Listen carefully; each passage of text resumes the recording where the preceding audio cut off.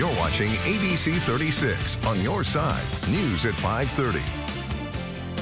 Good evening, I'm Erica Bivens. Thanks for joining us on this primary election day. Let's begin with weather as we head back over to our chief meteorologist, T.G. Shuck. We've been dealing with a lot of that severe weather today. The good news, it's the final push here in the last half-hour stretch for voters as they maybe make their ways to the polls, and it looks like the weather's kind of clearing out. Yeah, we're looking a whole lot better across central and eastern Kentucky. The only exception being along the US 23 corridor in far eastern Kentucky. They've still got some issues there, but you notice here on our Max HD radar, rest of the area looking good. Heavy rain, Paintsville, Prestonsburg, and then in Pike County, in far eastern Pike County, they've just stuck out a tornado warning out toward Phelps. Eventually, that's going to quickly move into western West Virginia, and the same drill here in southwest Virginia.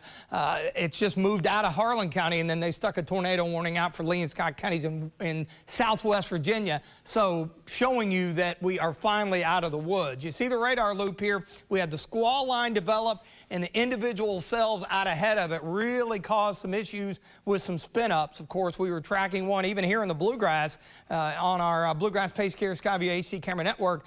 They are north of Richmond. We had that tornado warning between 2:30 and 3 o'clock. Damage reports generally lag coming in, but you can already see a lot of wind damage reports to our southwest. We'll get more this evening. They'll trim these counties off here in a little bit. Bluegrass Pace Care Skyview HD camera network.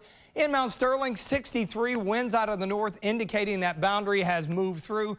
Notice the rain-cooled air into the 60s across the board. Drier air moving in.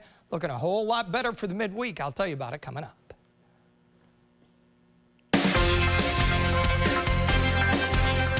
Continuing now with primary election 2023. Those polls close in just about 30 minutes here in central Kentucky. Kentucky Secretary of State Michael Adams says voting was down this year. Adams says early voting turnout last week was down by about 19%. In Fayette County today, the county clerk tells us turnout was at around 7%.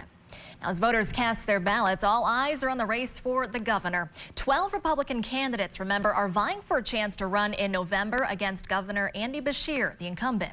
The candidates include State Attorney General Daniel Cameron, former UN Ambassador Kelly Craft, and Agriculture Commissioner Ryan Quarles, among the others. We'll have the latest on the Republican candidates coming up tonight at 6.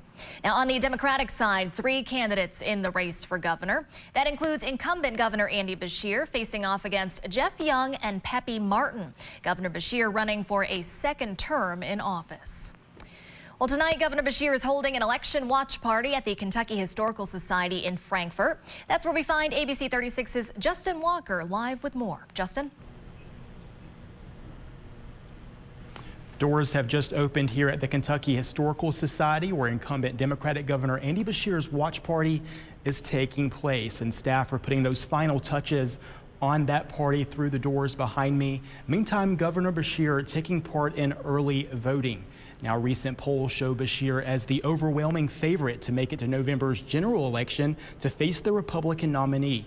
Beshear was first elected governor in 2019 in a very close election, ousting Republican Governor Matt Bevin by only a little more than 5,100 votes after a recount.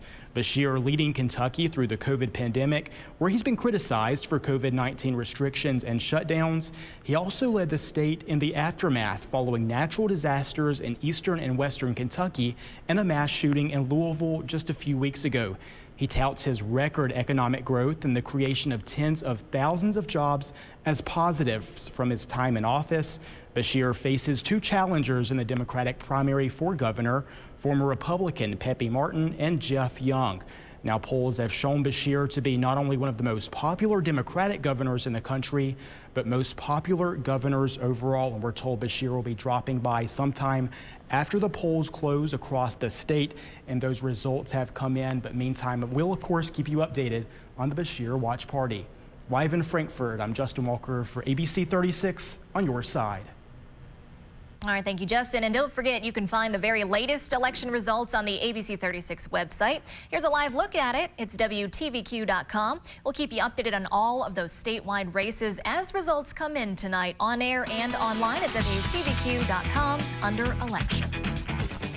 Still ahead, we'll check back in with our ABC 36 political analysts, Trey Watson and Dr. Stephen Voss. We'll have a breakdown of those top races and also their impact for the upcoming November general election.